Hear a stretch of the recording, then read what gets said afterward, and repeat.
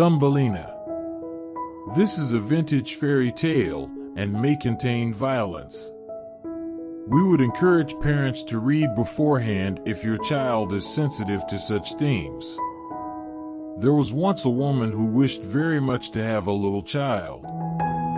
She went to a fairy and said, "I should so very much like to have a little child. Can you tell me where I can find one?" "Oh, that can be easily managed," said the fairy. "Here is a barleycorn. It is not exactly of the same sort as those which grow in the farmer's fields and which the chickens eat. Put it into a flower pot and see what will happen." "Thank you," said the woman, and she gave the fairy 12 shillings, which was the price of the barleycorn. Then she went home and planted it, and there grew up a large, handsome flower, somewhat like a tulip in appearance, but with its leaves tightly closed, as if it were still a bud. "It is a beautiful flower," said the woman, and she kissed the red and golden-colored petals, and as she did so the flower opened, and she could see that it was a real tulip. But within the flower, upon the green velvet stamens, sat a very delicate and graceful little maiden. She was scarcely half as long as a thumb, and they gave her the name of Little Thumb, or Thumbelina, because she was so small. A walnut shell, elegantly polished, served her for a cradle. Her bed was formed of blue-violet leaves, with a rose leaf for a counterpane. Here she slept at night, but during the day she amused herself on a table, where the peasant wife had placed a plate full of water. Round this plate were wreaths of flowers with their stems in the water, and upon it floated a large tulip leaf, which served the little one for a boat.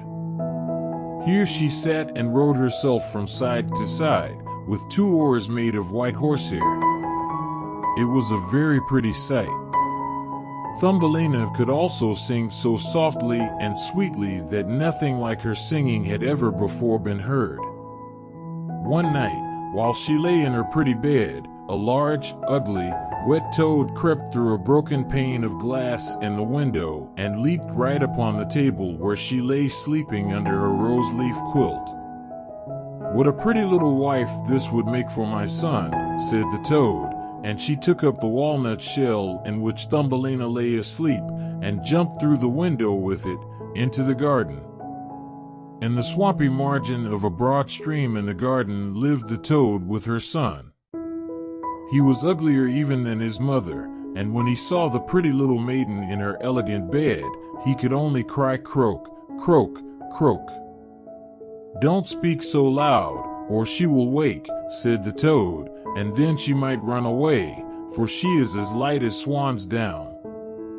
We will place her on one of the water lily leaves out in the stream.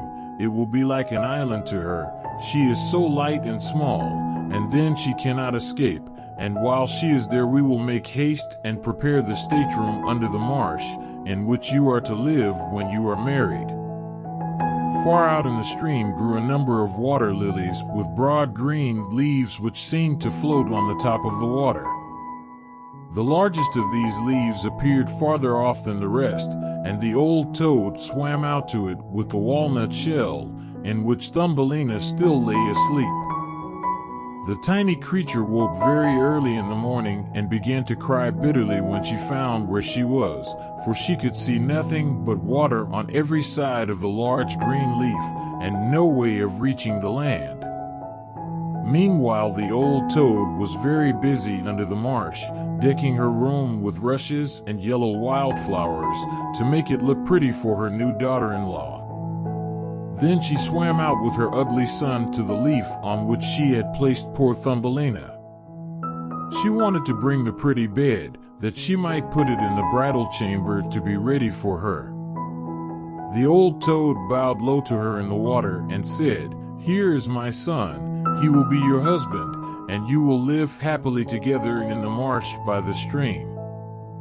Croak, croak, croak was all her son could say for himself. So the toad took up the elegant little bed and swam away with it, leaving Thumbelina all alone on the green leaf, where she sat and wept. She could not bear to think of living with the old toad and having her ugly son for a husband. The little fishes who swam about in the water beneath had seen the toad and heard what she said, so now they lifted their heads above the water to look at the little maiden. As soon as they caught sight of her, they saw she was very pretty, and it vexed them to think that she must go and live with the ugly toads. No, it must never be.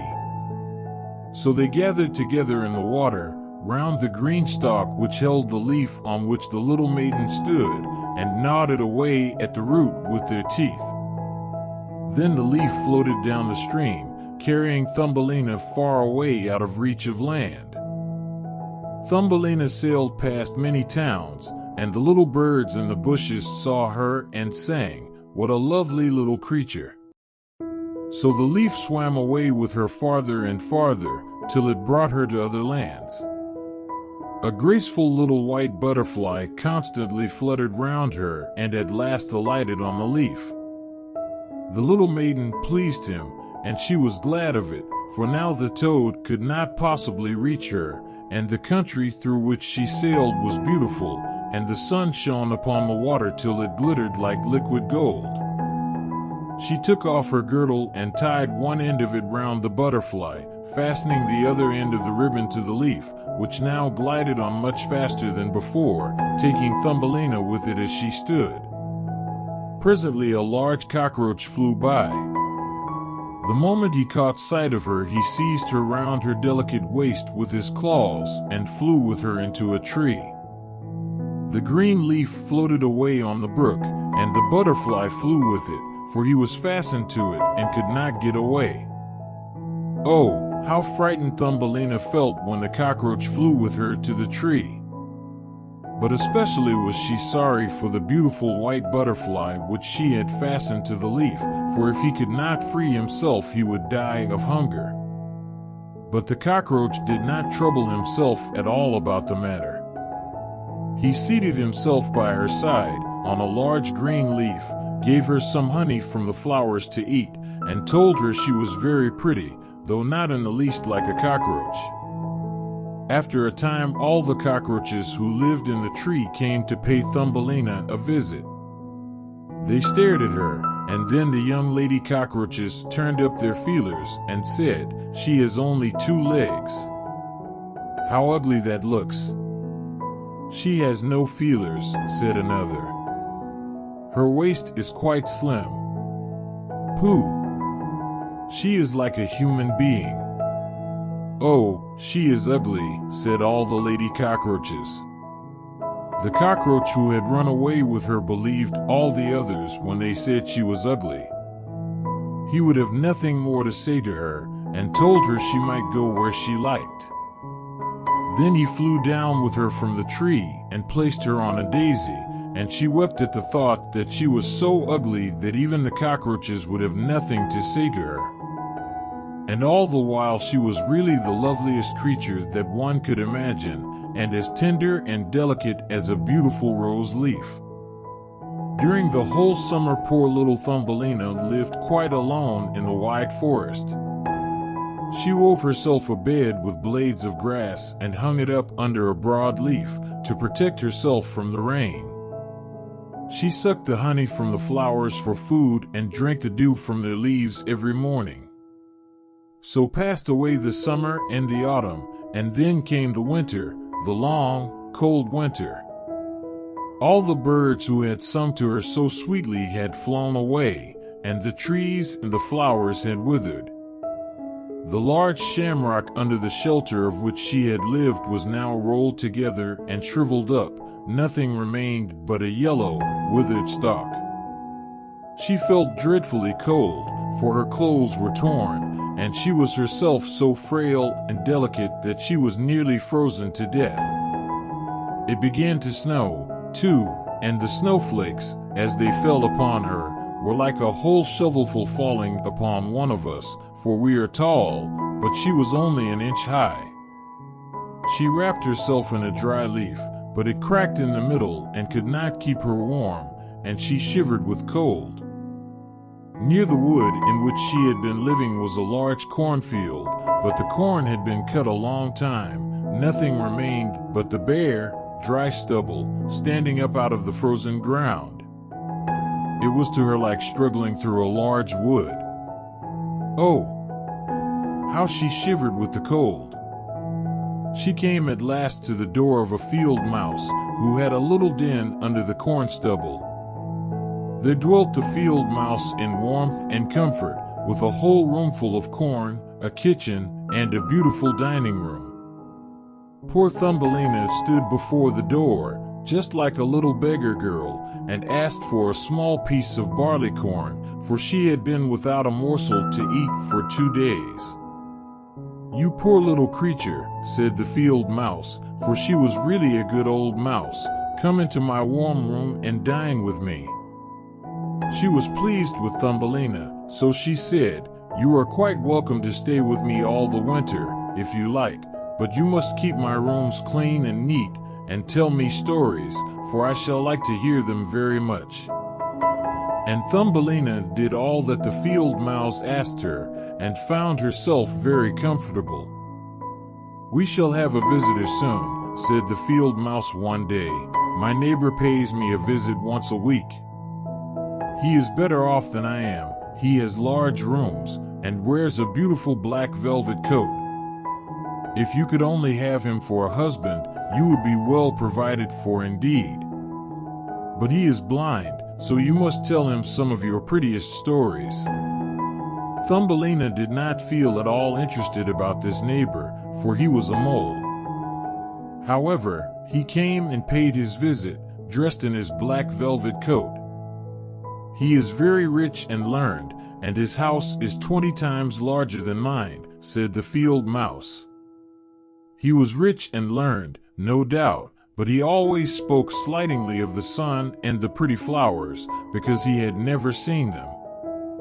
Thumbelina was obliged to sing to him, "Ladybird, ladybird, fly away home," and many other pretty songs.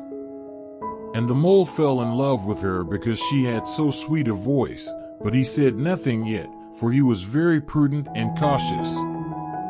A short time before, the mole had dug a long passage under the earth, which led from the dwelling of the field mouse to his own, and here she had permission to walk with Thumbelina whenever she liked. But he warned them not to be alarmed at the sight of a dead bird which lay in the passage. It was a perfect bird, with a beak and feathers, and could not have been dead long. It was lying just where the mole had made his passage. The mole took in his mouth a piece of phosphorescent wood, which glittered like fire in the dark. Then he went before them to light them through the long, dark passage. When they came to the spot where the dead bird lay, the mole pushed his broad nose through the ceiling, so that the earth gave way and the daylight shone into the passage. In the middle of the floor lay a swallow, his beautiful wings pulled close to his sides, his feet and head drawn up under his feathers. The poor bird had evidently died of the cold. It made little Thumbelina very sad to see it. She did so love the little birds. All the summer they had sung and twittered for her so beautifully. But the mole pushed it aside with his crooked legs and said, "He will sing no more now. How miserable it must be to be born a little bird. I am thankful that none of my children will ever be birds, for they can do nothing but cry tweet, tweet, and must always die of hunger in the winter." "Yes, you may well say that, as a clever man," exclaimed the field mouse. "What is the use of his twittering if, when winter comes, he must either starve or be frozen to death? Still, birds are very high-bred." Thumbelina said nothing, but when the two others had turned their backs upon the bird, she stooped down and stroked aside the soft feathers which covered his head, and kissed the closed eyelids. "Perhaps this was the one who sang to me so sweetly in the summer," she said, "and how much pleasure it gave me, you dear, pretty bird." The mole now stopped up the hole through which the daylight shone, and then accompanied the ladies home. But during the night Thumbelina could not sleep, so she got out of bed and wove a large, beautiful carpet of hay. She carried it to the dead bird and spread it over him, with some down from the flowers which she had found in the field mouse's room. It was as soft as wool, and she spread some of it on each side of the bird, so that he might lie warmly in the cold earth. "Farewell, pretty little bird," said she, "farewell. Thank you for your delightful singing during the summer, when all the trees were green and the warm sun shone upon us." Then she laid her head on the bird's breast, but she was alarmed, for it seemed as if something inside the bird went thump, thump. It was the bird's heart. He was not really dead, only benumbed with the cold, and the warmth had restored him to life. In autumn all the swallows fly away into warm countries, but if one happens to linger, the cold seizes it, and it becomes chilled and falls down as if dead. It remains where it fell, and the cold snow covers it. Thumbelina trembled very much. She was quite frightened, for the bird was large, a great deal larger than herself. She was only an inch high. But she took courage, laid the wool more thickly over the poor swallow, and then took a leaf which she had used for her own counterpane and laid it over his head. The next night she again stole out to see him. He was alive, but very weak. He could only open his eyes for a moment to look at Thumbelina, who stood by, holding a piece of decayed wood in her hand, for she had no other lantern. "Thank you, pretty little maiden," said the sick swallow. "I have been so nicely warmed that I shall soon regain my strength and be able to fly about again in the warm sunshine." "Oh," said she, "it is cold out of doors now. It snows and freezes. Stay in your warm bed. I will take care of you." She brought the swallow some water in a flower leaf, and after he had drunk, he told her that he had wounded one of his wings in a thorn bush and could not fly as fast as the others, who were soon far away on their journey to warm countries. At last he had fallen to the earth, and could remember nothing more, nor how he came to be where she had found him. All winter the swallow remained underground, and Thumbelina nursed him with care and love. She did not tell either the mole or the field mouse anything about it, for they did not like swallows. Very soon the springtime came, and the sun warmed the earth. Then the swallow bade farewell to Thumbelina, and she opened the hole in the ceiling which the mole had made. The sun shone in upon them so beautifully that the swallow asked her if she would go with him. She could sit on his back, he said, and he would fly away with her into the green woods. But she knew it would grieve the field mouse if she left her in that manner, so she said, "No, I cannot." "Farewell, then, farewell, you good, pretty little maiden," said the swallow, and he flew out into the sunshine. Thumbelina looked after him, and the tears rose in her eyes. She was very fond of the poor swallow.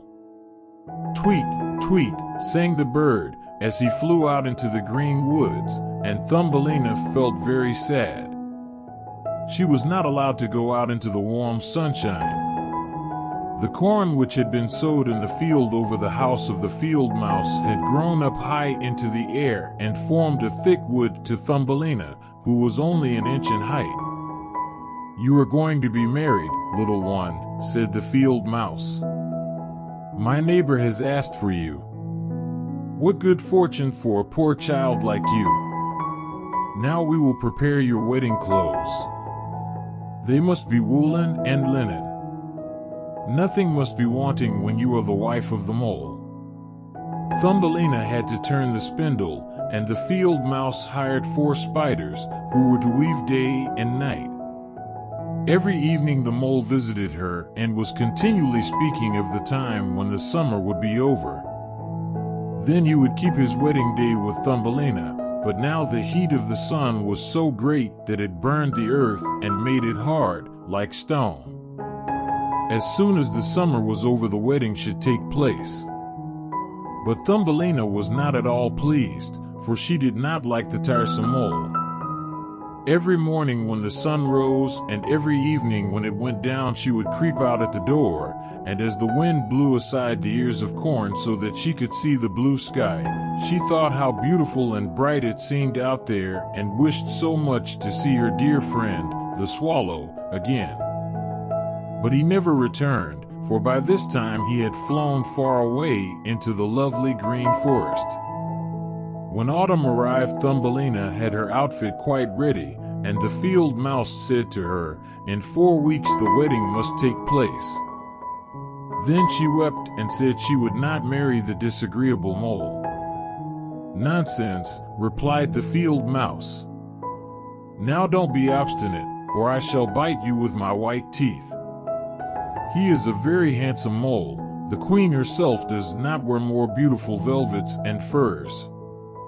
His kitchens and cellars are quite full. You ought to be very thankful for such good fortune." So the wedding day was fixed, on which the mole was to take her away to live with him, deep under the earth, and never again to see the warm sun, because he did not like it. The poor child was very unhappy at the thought of saying farewell to the beautiful sun, and as the field mouse had given her permission to stand at the door, she went to look at it once more. "Farewell, bright sun," she cried, stretching out her arm towards it, and then she walked a short distance from the house, for the corn had been cut, and only the dry stubble remained in the fields. "Farewell, farewell," she repeated, twining her arm around a little red flower that grew just by her side. "Greet the little swallow from me, if you should see him again." Tweet, tweet, sounded over her head suddenly. She looked up, and there was the swallow himself flying close by. As soon as he spied Thumbelina, he was delighted. She told him how unwilling she was to marry the ugly mole, and to live always beneath the earth, never more to see the bright sun. And as she told him, she wept. "Cold winter is coming," said the swallow, "and I am going to fly away into warmer countries. Will you go with me? You can sit on my back and fasten yourself on with your sash. Then we can fly away from the ugly mole and his gloomy rooms, far away, over the mountains, into warmer countries, where the sun shines more brightly than here, where it is always summer, and the flowers bloom in greater beauty. Fly now with me, dear little one. You saved my life when I lay frozen in that dark, dreary passage." "Yes, I will go with you," said Thumbelina, and she seated herself on the bird's back, with her feet on his outstretched wings, and tied her girdle to one of his strongest feathers.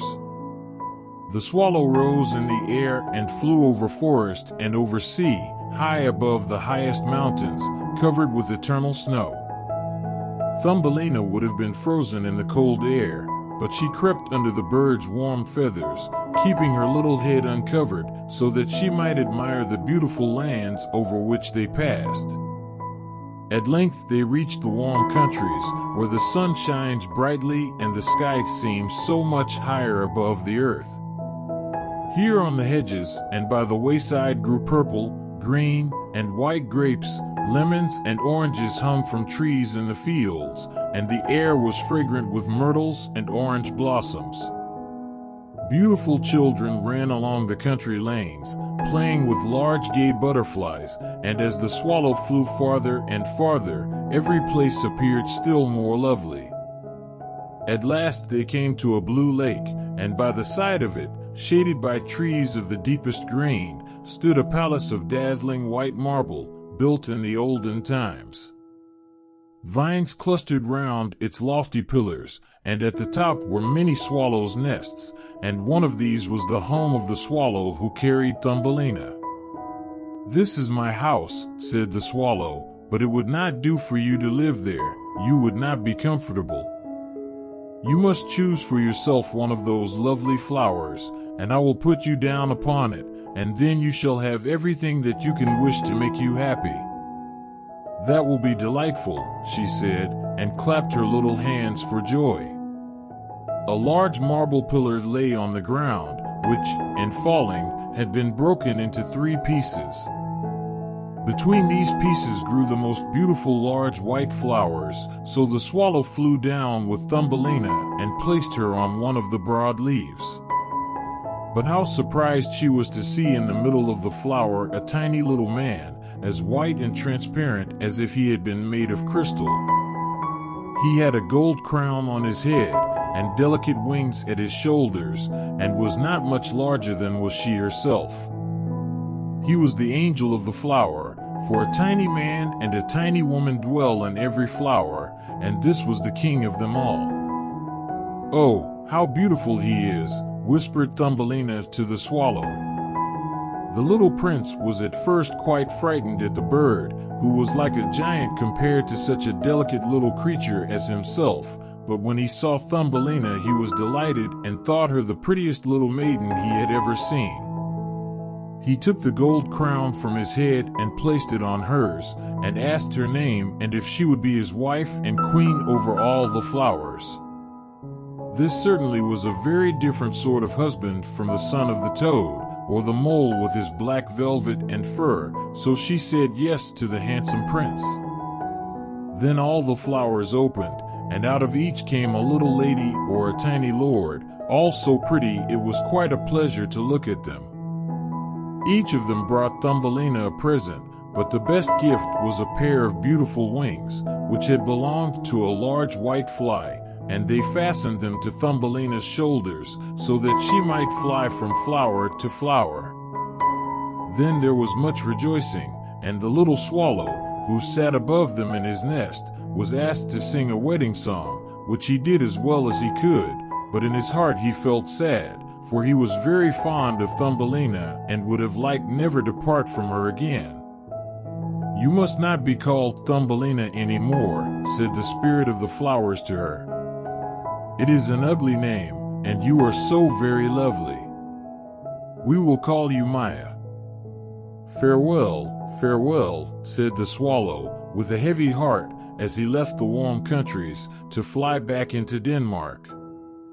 There he had a nest over the window of a house in which dwelt the writer of fairy tales.